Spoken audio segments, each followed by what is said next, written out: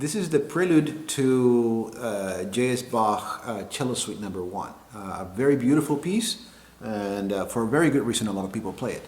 Now you start out on second position with 1 on the G string and 2 on the E string, right? So A and F, you're actually hinting at a D major chord, which is the key tonality, right? So for the right hand, I recommend doing something that is similar to, so P, I, M, A, I. And that's, we try to get to the A and I because we're skipping over the B string, right? A lot of people just go ahead and use P, I, A. But it would imply a repeat of the ring finger, right? So I say thumb, index, middle, pull off, ring, index, and it sets you up free to keep on repeating that. Then your bass changes to the 6th string. And then you change your operation. You go to second position, this time literally, and you're playing your pull off on the 1st string from 2 to 1. And you try to maintain the same operation as before: thumb, index, middle, pull off, ring, index, then middle, index. Why? Because you're in adjacent strings. And then you land your bar on the 2nd fret.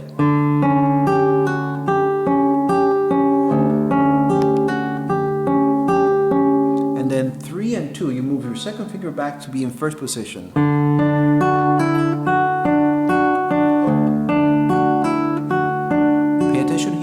Comes around to play the C sharp, right? So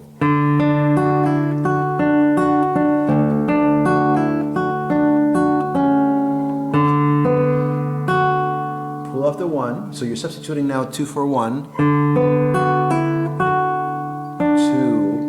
on a D, 1 for the Cish, and that's going to bring you from 2nd to 3rd position, right? So slowly.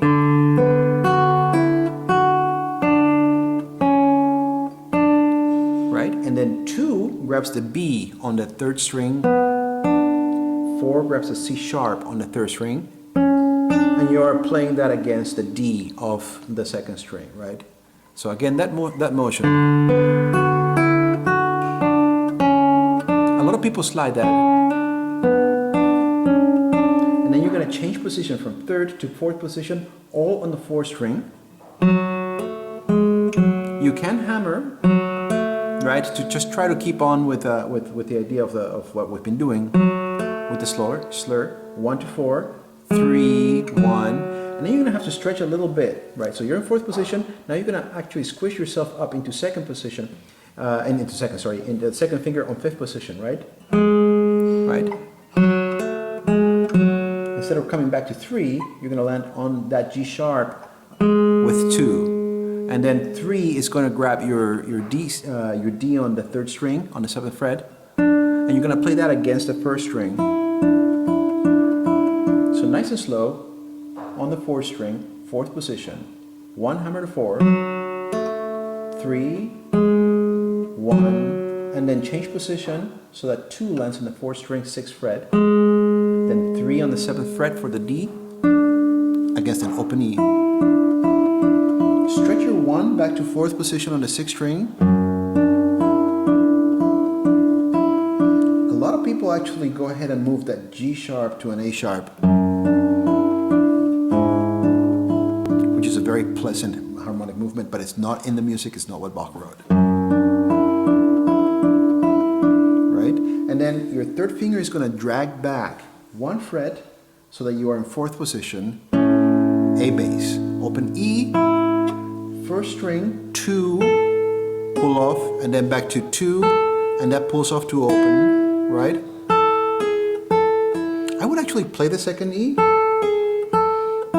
right? Because it tends to, when you go from 2 to open, it tends to scream a little bit to me. Then that is your passage back to 1st position, right? Then 1 comes on top of 2. And notice that I open my wing to accommodate that, right? I open my arm. 2 pulls off if you want, or 2. Right? Depends on how you execute your pull off. If that is too much of a screamer, right? And then you land your bar on the 2nd fret for a B minor chord. It's B minor C, right? I do a double thumb stroke. 5th string, 4th string, right?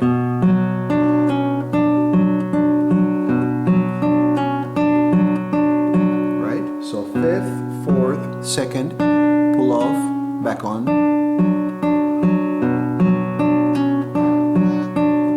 Then 1st position, 2 grabs the E. Remember, you're in D tuning for this, right? 1 on the 3rd string, hammers to 3 on the 3rd string, 2nd fret, so right below the 2nd finger. 1 to 3, open B, and then 3 to 1. Or you can just pluck it if you want. Now I'm going to withdraw my 2nd finger, which should remain there as much as possible, so you can see. And then on the 4th string, right? Then down to the 2nd string, 3 to 2. And then change position to 2nd position. 1 for the B string, open B string, and that is going to teleport you, or transport you, not teleport you. Right? And you're going to land with 3 here because you need to be in 5th position. Right? 1st, 2nd, 1st. So again.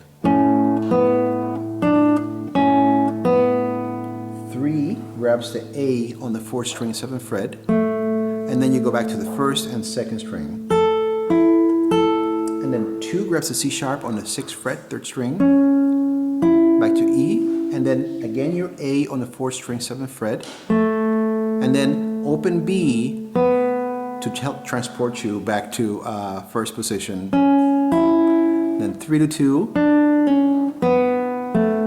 right? And then at this point, I would say you could grab that A here instead of here. Why? Because of this next section that should be on 4th position. You grab the D sharp on the 4th fret, 2nd string, then 4 on the D string, 2 on the G string for the C natural, open B, 2 back to 4, 1 for the D sharp, back to 4, and then you change things a little bit. 4 comes down to the B string for the F sharp, 3 on the 4th string this time, right? Same note, but you actually now have to change your fingering a little bit, right? So you are again on 5th string, 5th position, sorry, kind of. Open B, and then switch around again. So you're back in the same configuration. Right? It's all kind of spelling out D major. Well, D sharp, diminished, I guess.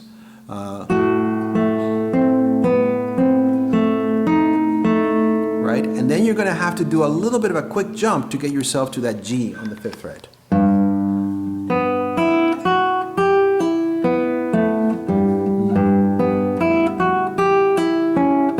Then F sharp major with 3 over here, right?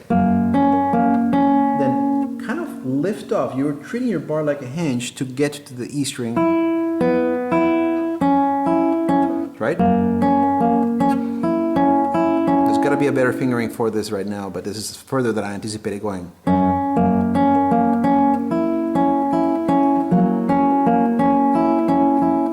Right, you could do actually without a bar, sorry.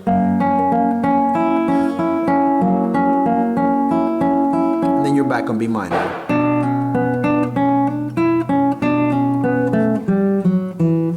And that takes you through the whole first page of the piece. Happy practicing.